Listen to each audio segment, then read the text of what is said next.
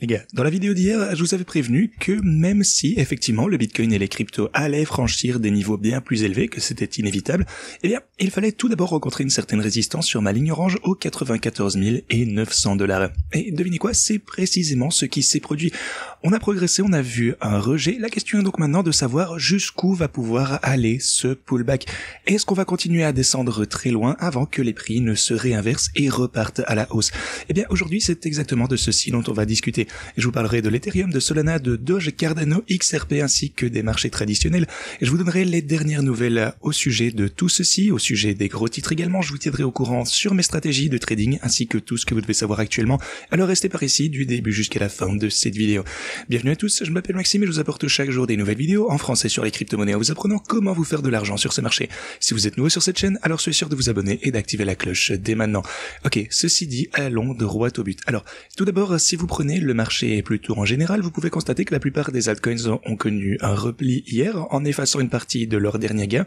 Hier, ça a été une journée exceptionnelle, mais Trump, par exemple, a bondi de 31% après avoir eu une annonce que les principaux holders du jeton Trump pourraient bel et bien rencontrer Trump et participer à un dîner VIP.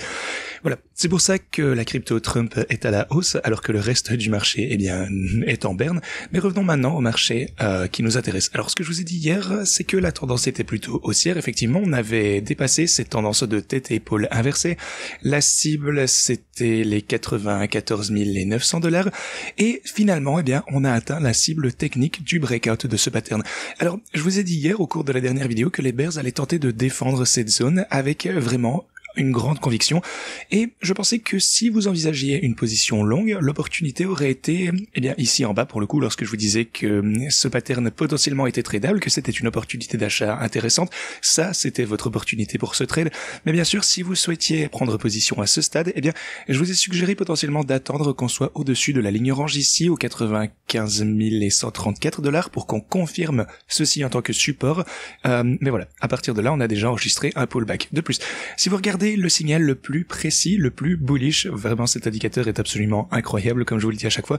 Ce que je vous ai dit hier, c'est que même si c'est un incroyable indicateur et que en général vous pouvez au moins réaliser un petit profit en achetant à n'importe quel moment sur la chandelle qui passe en mode bullish, lorsque vous voyez ce signal sur le Lux Algo, eh bien on a constaté ceci hier, même si vous aviez acheté, même si vous aviez eu en fait la pire entrée sur cette chandelle, vous auriez pu acheter ici en bas au 87 590, mais même si vous aviez acheté ici au 93 500, eh bien vous avez quand même pu réaliser un petit profit juste sous la ligne orange. Donc ceci nous prouve une fois encore que c'est l'indicateur le plus fiable, une fois encore, parce que même si je vous ai dit hier qu'il fallait faire attention effectivement à ma ligne orange, et ça s'est avéré pour le moment être une trop grosse résistance, c'est vrai, eh bien je disais que j'attendrais peut-être d'être au-dessus de ce point avant de prendre une position longue.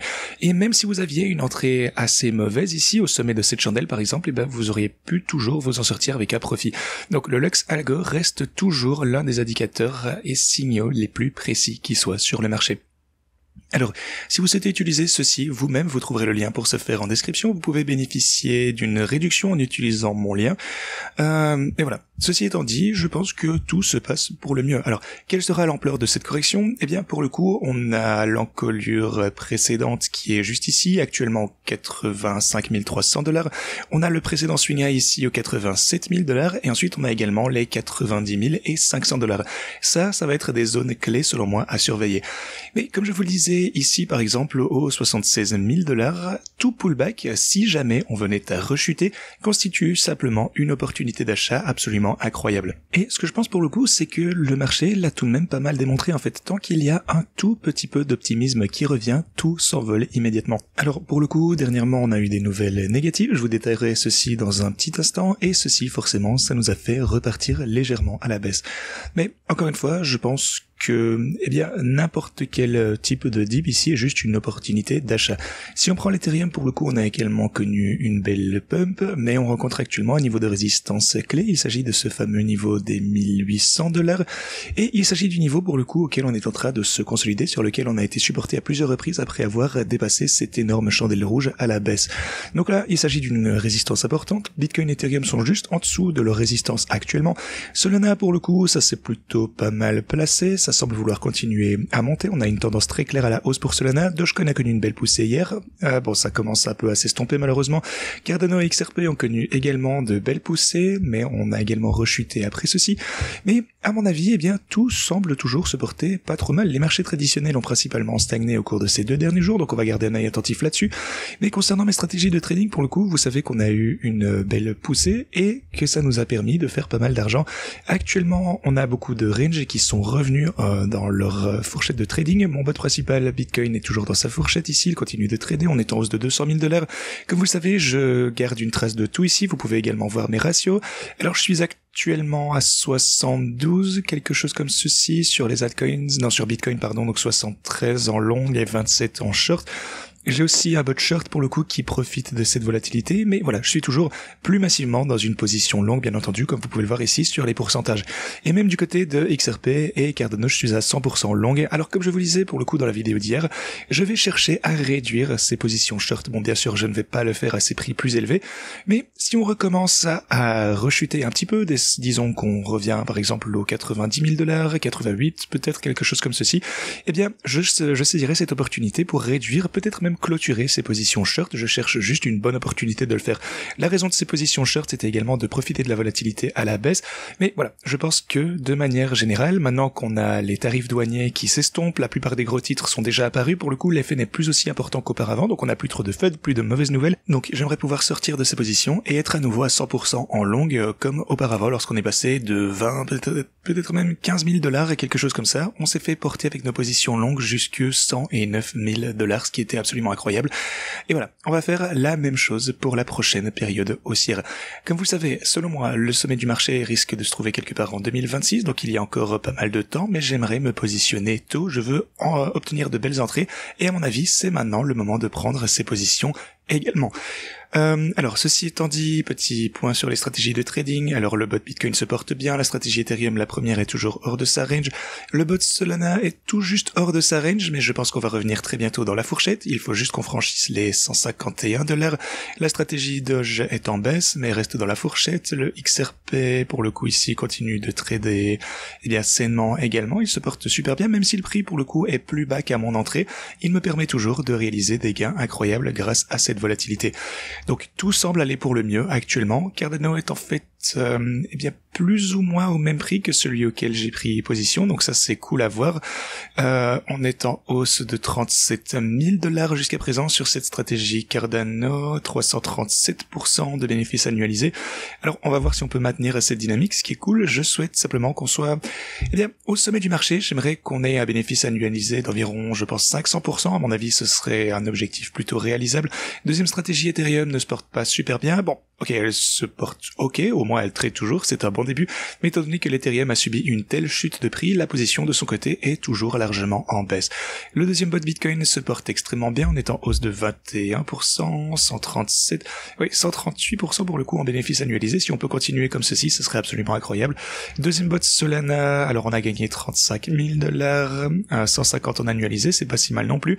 Et puis mes bots short pour le coup qui sont actuellement dans le rouge, forcément parce que je suis entré à $85,000, on a gagné près de $10,000 depuis, donc on a chuté de $20,000. Le bénéfice de la grille est de $30,000, donc c'est cool. Si je vais simplement pris une position short, eh bien j'aurais perdu près de $50,000, mais grâce à l'algorithme, eh bien je récupère au moins $27,000 de ceci, et grâce à la volatilité, eh bien je pense que ça finira par générer des bénéfices tant que ce n'est pas clôturé, ou tant qu'évidemment on ne remonte pas beaucoup trop haut. Mais comme je vous le disais, je cherche une fois encore à réduire mes positions short, donc on verra bien. Si on constate un gros pullback, eh bien sachez simplement que je clôturerai mes positions short. À mon avis, je saisirai la première opportunité de le faire, et je souhaite maintenant repasser à 100% en longue, donc voilà, j'aimerais les clôturer à meilleur prix par contre. La position short Ethereum se porte toujours bien, $26,000 ici, le short Solana est en baisse de 25, même chose ici, on aurait été en baisse de $40,000 si j'avais simplement ouvert une position short, mais eh bien ma stratégie, mon algorithme a gagné $15,000, presque $16,000 ici. La stratégie short est en hausse, donc ça pour le coup c'est toujours cool. Si vous souhaitez me rejoindre sur mes stratégies de trading, comme je vous le disais, j'ai besoin de quelques jours de plus, mais il y aura une grosse mise à jour importante. Déjà concernant les défis du x100, les deux, il y aura de grosses mises à jour importantes. Donc on va également commencer à trader de l'or en utilisant ces stratégies. Et bien entendu, comme toujours, je vous montrerai tout ici sur la chaîne. Et oui, d'ailleurs, en parlant du défi du x100, eh bien je suis en train de recréer une partie de ces groupes ici. Donc vous l'avez de ce côté pour le coup, le défi du x100. Le deuxième est en hausse de $3000, donc 30% déjà, c'est cool. Je vais essayer de capitaliser là-dessus, mais je souhaite capitaliser à un prix légèrement inférieur. Donc si le prix continue un petit peu à chuter, je profiterai également de ceci pour faire du compounding. Donc voilà, une petite mise à jour ici. Donc, si vous souhaitez utiliser les stratégies de trading, rendez-vous en description de cette vidéo pour vous inscrire sur Pionex avec ce lien, réclamer vos bonus ici. Ensuite, vous pouvez copier mes stratégies longues ici, ou si vous le souhaitez, vous pouvez copier mes stratégies short via ces liens également. Comme je vous le disais, je vais essayer de revenir à 100% en longue, donc voilà, c'est à vous de juger bien sûr. Et si vous souhaitez utiliser les bots pour 180 autres cryptos, cliquez sur ce lien. Ok, alors quelques-uns des gros titres d'hier. Les droits de douane chinois devraient baisser entre 50 et 65%. Donc ça a été rapporté. La Maison Blanche envisage de réduire les droits de douane chinois pour apaiser les tensions commerciales. Donc ceci a été révélé hier. On a constaté une forte dynamique haussière sur les marchés, mais ensuite on a une clarification selon laquelle Trump n'a proposé unilatéralement aucune réduction des droits de douane sur la Chine. De plus, il a été annoncé que la mise en œuvre de l'accord de trading pourrait prendre 2 à 3 ans. Donc oui, ça forcément ça prend, eh bien, c'est pas une super nouvelle. Au cours des 24 dernières heures, en résumé, Trump affirme que les droits de douane sur la Chine ne seront pas aussi élevés que 145 et qu'ils diminueront considérablement. Il annonce une désescalade avec la Chine, donc ça c'est une bonne nouvelle. Le Wall Street Journal rapporte que les droits de douane sur la Chine devraient baisser de 50 à 65%. Besant ensuite a ajouté que, oui, c'est Amérique d'abord, mais ça ne signifie pas l'Amérique seule. Alors, il refuse de commenter le rapport du Wall Street Journal au point 3 où il parle des droits de douane de 50 et 65%. Il précise également que Trump ne propose pas de réduction unilatérale des droits de douane sur la Chine. Il affirme que l'accord commercial entre les États-Unis et la Chine prendra 2 ans. Les marchés continuent donc de connaître des hauts et des bas, mais je dirais que leurs effets ne sont plus aussi significatifs au minimum. Donc voilà. Si vous aviez vu ce genre de gros titres il y a seulement 2 semaines, même 1 semaine encore, à mon avis, on aurait eu des fluctuations absolument massives sur les marchés traditionnels et pour le Bitcoin. Et c'est pour ça que je vous dis que ces nouvelles, eh bien, les effets négatifs sont de moins en moins importants. C'est pour ça que je cherche à vendre mes positions short à un prix plus bas. Une fois encore, bien entendu, on verra si l'opportunité se présente ou non. Trump a également déclaré que les 2 ou 3 prochaines semaines allaient très bien s'entendre avec la Chine vis-à-vis des États-Unis. Donc, voilà, je sais pas trop ce que ça veut dire, mais par contre, on a un point clé ici qui dit le Bitcoin a atteint un nouveau all-time high par rapport au Nasdaq. Alors le Nasdaq, ouais, tout le monde était juste absolument, eh bien, impatient de voir ce que le Nasdaq nous réservait. Tout le monde achetait des actions Tesla, Nvidia. Bon, je sais pas quelles autres actions il y a sur le Nasdaq, mais maintenant, le Bitcoin est effectivement à un niveau historique par rapport au marché traditionnel. Donc, au fil du temps, le Bitcoin continue d'absorber de plus en plus d'argent, ce qui est juste absolument génial. Ceci dit, les gars, c'est tout ce que j'avais pour vous aujourd'hui. Merci beaucoup d'avoir regardé, et moi je vous dis à la prochaine.